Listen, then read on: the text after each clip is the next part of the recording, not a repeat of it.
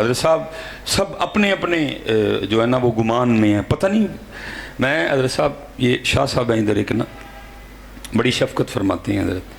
اکثر و بیشتر چلا جاتا ہوں, اللہ نے علم لدنی سے بھی نواز رکھا ہے. اور میں ایک دن حضرت کو کہہ بیٹھا کہ حضرت مجھے نصیحت فرمائیں. مجھے فرمانے لگے مولانا اپنی ہر تقریر کرنے سے پہلے یہ سوچ لیجئے گا کہ بعد میں آپ کی یہ تقریر اللہ کے رسول نے بھی سننی. حضرت صاحب میری جان نکال دی. کچھ دنوں کے بعد حضرت مدینہ پاک حاضری تھی. میں جب مسجد نبوی میں داخل ہونا شاہ صاحب کی بات میرے اندر گونجے. اب مجھے اندر جاتے ہوئے خوف آئے. مجھے اپنی ساری یاویاں یاد تھیں جو تقریروں میں ماری ہوئی ہیں, جو فلاں چودھری صاحب کی فلاں کی خوش آمدیں کی ہوئی تھی, ساری یاد تھی.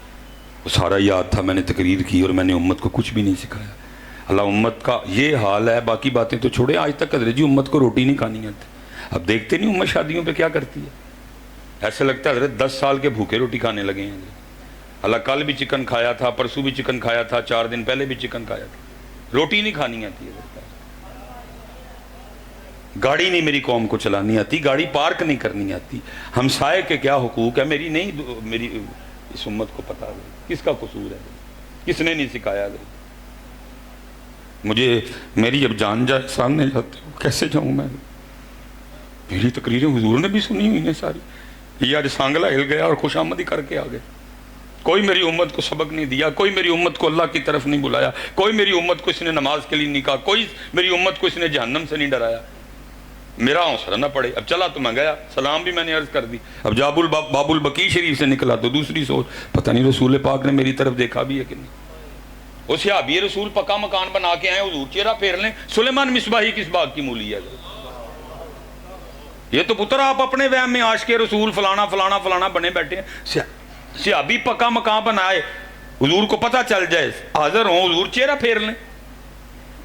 سلیمان مصباحی کس باغ کی مولی ہے. کیا آپ کے خیال میں جتنے بھی جاتے ہیں سب سے رسول پاک راضی ہیں؟ کیا ادھر سب سے رسول پاک خوش ہیں حضرت؟ نہیں. خوش کس سے ہیں؟ میں اسپیشل جو میرے نوجوان پتر بچے کھڑے ہو حضرت, مسجد نبوی ظاہر ہے کیفیت بدل جاتی ہے. جیسے جیسے وہ دن قریب آ رہا ہوتا ہے واپسی کا, جان جاتی ہے یار ہوں واپس پھر جانا پڑنا ہے. دل کرتا ہے بندہ ادھر ہی رہ جائے حضرت. میرا دل کیا حضرت کہ چھڑیے پاکستان دے اتھے ہی رہیے, اتھے کوئی ادھر ڈیوٹی لے لئیے, مسجد نبوی شریف دے کلین چکیے کریے, صفائی کریے, یہاں پہ زمزم تے ڈیوٹی لوا لیے, پانی پار کے لے آئیے کریے کلرانچ, بس زندگی ادھر ہی بسر کریں. رات کو حضرت ایک محفل تھی, ایک مصر سے تھے یا شام سے تھے, کوئی شیخ تشریف لائے تھے اور کو تھوڑی بہت اردو بھی وہ سمجھتے تھے حضرت. پتہ نہیں کیسے میرے دل کی بات چلی گئی. انہوں نے دوران تقریر نہ ارشاد فرمایا, فرمانے لگے جوانی میں بھی نا میرا دل چاہا کہ میں سارا کچھ چھوڑ کے نہیں ادھر ہی رہوں بس اور خدمت کروں. کہتے جب رات کو سویا تو خواب میں نبی پاک علیہ السلام نے نواز دیا ہے, اور جو فرما رہے ہیں اس کا مفہوم ہے. آپ فرما رہے ہیں تو کیا سمجھتا ہے کہ جو مجھ سے دور ہیں وہ واقعی دور ہیں, اور جو میرے قریب ہیں وہ واقعی قریب ہیں؟ نہیں, بہت ایسے ہیں جو دکھتے قریب ہیں لیکن وہ بہت دور ہیں, اور بہت ایسے ہیں جو دکھتے دور ہیں لیکن وہ ہے میرے بڑے قریب. اور اگر کوئی دور رہ کر بھی میرے دین کی, میری امت کی خدمت اور خیر خواہی کر رہا ہے, سن لے وہ میرے قریب ہے, وہ میرے قریب ہے, وہ میرے قریب ہے, وہ میرے قریب, وہ میرے قریب ہے. کم کریے حضرت جی, شروع کریے حضرت جی اللہ دا نام لے کے. اور سب سے پہلا پتر اپنے مدرسے وال دھیان دو یار. میں لے کے آواں گا بچے, میں ایک ایک بوا کھڑکاواں گا, لیکن جڑا انہوں دا اعتراض ہے وہ تو پورا کرو نا یار. بناؤ بیکن ہے او اس دے لیول تے اپنے مدرسے. آج مدرسے میں اور یونیورسٹی میں حضرت صاحب 50 سال کا فرق ہے, وہ آگے ہے.